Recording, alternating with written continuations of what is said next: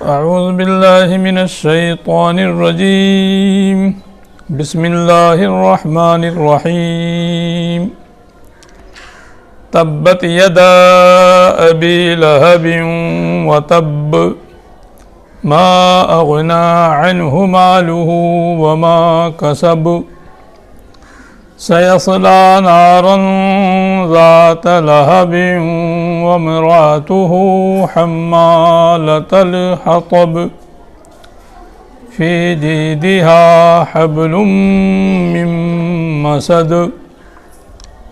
ترجمہ: تبت یدا ابی لہب وتب، ہلاک اور تباہ ہو جائے ابو لہب اور وہ تباہ ہو گیا۔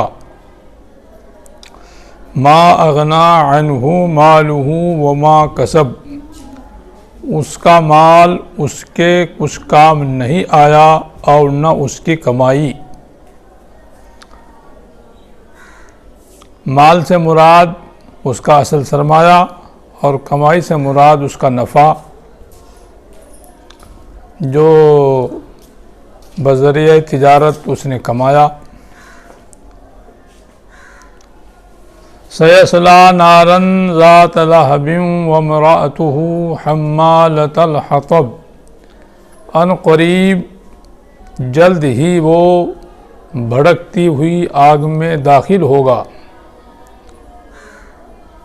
اور اس کی جورو یعنی اس کی بیوی جو سر پر لاد کر ایندھن لایا کرتی تھی، فی جیدہا حبل من مسد، کل قیامت کے دن اس کی گردن میں مونج کی رسی ہوگی۔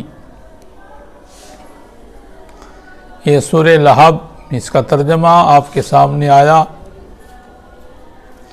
اس کا پس منظر اور شان نزول یہ بیان کیا گیا ہے کہ جب یہ آیت شریفہ نازل ہوئی وانذر عشیرتک الاقربین، جس میں اللہ تعالیٰ نے اپنے محبوب صلی اللہ علیہ وسلم کو تعلیم دی اور حکم دیا کہ آپ دعوت و تبلیغ کا کام سب سے پہلے اپنے گھر سے شروع کیجئے، تو آپ نے اس حکم پر عمل کرتے ہوئے اپنے گھر والوں کو کوہ صفا پر آنے کی دعوت دی۔ سب قریش مکہ کوہ صفا پر جمع ہو گئے اور آپ نے فرمایا ان کے جمع ہونے کے بعد کہ اگر میں یوں کہوں کہ تمہارے سر پر ایک دشمن چڑھ آنے والا ہے صبح کو یا شام کو، تو کیا تم میری بات کا یقین کرو گے؟ سب نے ایک زبان ہو کر کہا کہ بالکل آپ امین اور صادق ہیں، آپ نے کبھی بھی جھوٹ نہیں بولا ہے، ہم آپ کی بات کا یقین کریں گے۔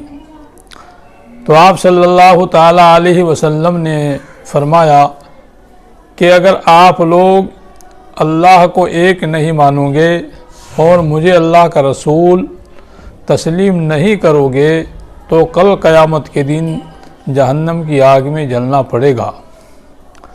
جب آپ نے یہ دعوت دی، یہ پیغام پہنچایا، تو فوراً ابو لہب بھڑک اٹھا اور اس نے غصے میں آ کر یوں کہا کہ محمد، کیا تو نے ہمیں اسی لیے جمع کیا تھا؟ اور اس نے آپ کو برا بھلا کہا۔ تو اس موقع پر اس کے جواب میں یہ آیت شریفہ یہ سورۃ پاک نازل ہوئی ہے۔ ابو لہب یہ اس کی کنیت ہے اور اس کا اصل نام عبدالعزیٰ ہے۔ چونکہ وہ نام مشرکانہ ہے اس لیے قرآن کریم میں اس کا یہ مشرکانہ نام ذکر نہیں کیا گیا ہے۔ یہ آپ صلی اللہ تعالیٰ علیہ وسلم کا بہت بڑا دشمن تھا، جبکہ آپ کا حقیقی چچا تھا۔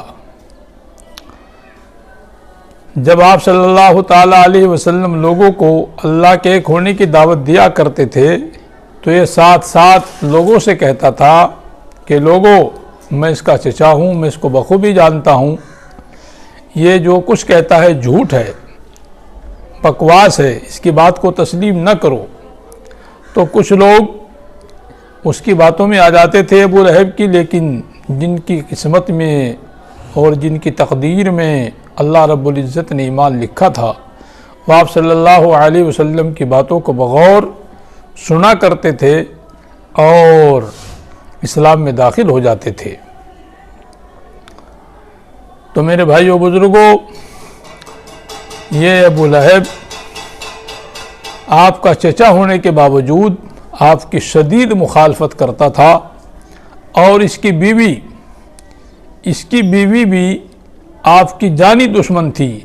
وہ جنگل سے خاردار لکڑیاں لایا کرتی تھی اور ان کو آپ کے راستے میں بچھایا کرتی تھی۔